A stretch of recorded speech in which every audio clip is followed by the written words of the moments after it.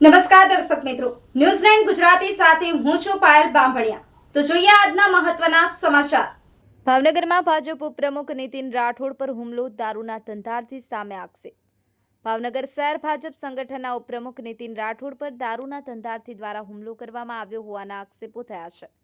રાઠોડે ગૃહ રાજ્યમંત્રીને લેખિત રજૂઆત કરી હોવાથી આ હુમલો કરાયો હોવાનું તેમણે જણાવ્યું હતું। જોકે જિલ્લા પોલીસ વડાએ જણાવ્યું હતું કે આ ઘટના વડવા તલાવડી પાસે દુકાન ભાડે આપવા અને ખાલી કરાવવા બાબતે બનેલા વિવાદને કારણે બની હતી। આ મામલે બંને પક્ષે નીલમબાગ પોલીસ સ્ટેશનમાં સામસામે ફરિયાદ નોંધવામાં આવી છે। પોલીસ અધિક્ષકે વધુમાં જણાવ્યું કે હુમલો કરનાર શખ્સ અગાઉ પ્રોહિબિશનના ગુનામાં ઝડપાયેલો છે અને તેના પર દારૂ વેચવાનો આરોપ મૂકવામાં આવ્યો છે। ન્યૂઝ 9 ગુજરાતી, ભાવનગર।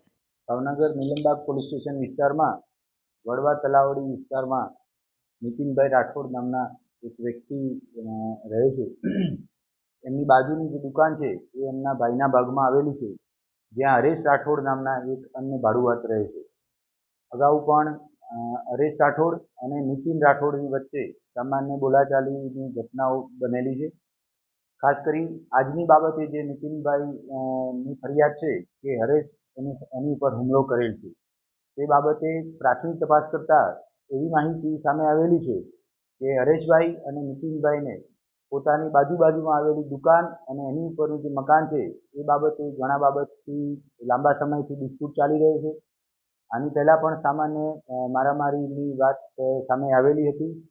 ખાસ કરી જે હરેશ રાઠોડના પરિવારના સભ્યો અને નીતિન રાઠોડ એમની વચ્ચે આજે સવારે આશરે 11 વાગ્યાની આજુબાજુ બોલાચાલી અને ઝુકાપાટુના માર મારેલા હોય એવી ઘટના સામે આવેલી હતી। જે નીતિનભાઈની વાત છે એ બાબતે સ્થાનિક પોલીસની વિરુદ્ધના આક્ષેપ છે, તો એમાં ખાસ કરી અને અન્ય ડિવિઝનના ડીવાયએસપી મારફતે પ્રાથમિક તપાસ કરી જો સ્થાનિક પોલીસની કોઈ બેદરકારી સામે આવશે કે મેળાપીપણું સામે આવશે તો ચોક્કસપણે સ્થાનિક અધિકારી કર્મચારીઓ વિરુદ્ધમાં એક્શન લેવાશે।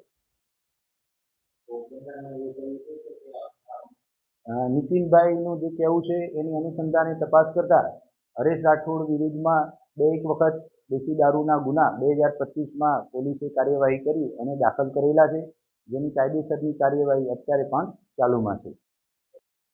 જે નીતિનભાઈ મારફતે પોલીસ ઉપર આક્ષેપ લગાવવામાં આવેલા છે એની પણ તપાસ કરવામાં આવશે। ખરેખર સત્ય બહાર લાવી અને આગળની કાર્યવાહી હાથ ધરવા માટે ભાવનગર પોલીસે કાર્યવાહી હાથ ચાલુ કરેલી છે। પ્રાથમિક તપાસમાં લિસ્ટેડ બુટલેગર હોય એવી વાત ધ્યાનમાં આવેલી નથી। હરેશ રાઠોડની ઉપર 2025માં દેશી દારૂના 2 ગુના દાખલ કરેલા છે, એ વાત હજી સુધી અમારી ધ્યાનમાં આવેલી નથી। જ્યારે હોસ્પિટલથી રજા આપવામાં આવશે અથવા તો નીતિનભાઈને પૂછવામાં આવશે ત્યારે વિગતવારનું નિવેદન લઈ અને જે જવાબદાર છે એની વિરુદ્ધમાં યોગ્ય કાયદેસરની કાર્યવાહી પણ હાથ ધરવામાં આવશે।